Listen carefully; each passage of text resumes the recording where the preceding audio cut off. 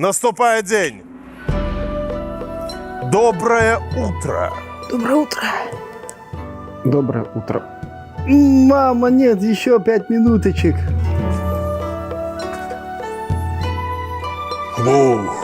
Боже, как же жарко. Вы слышали?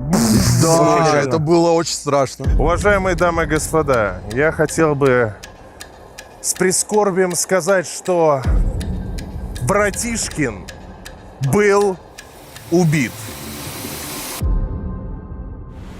Этой ночью ко мне никто не заходил. Даже не вздумал. Потому что ты сам выходил, да?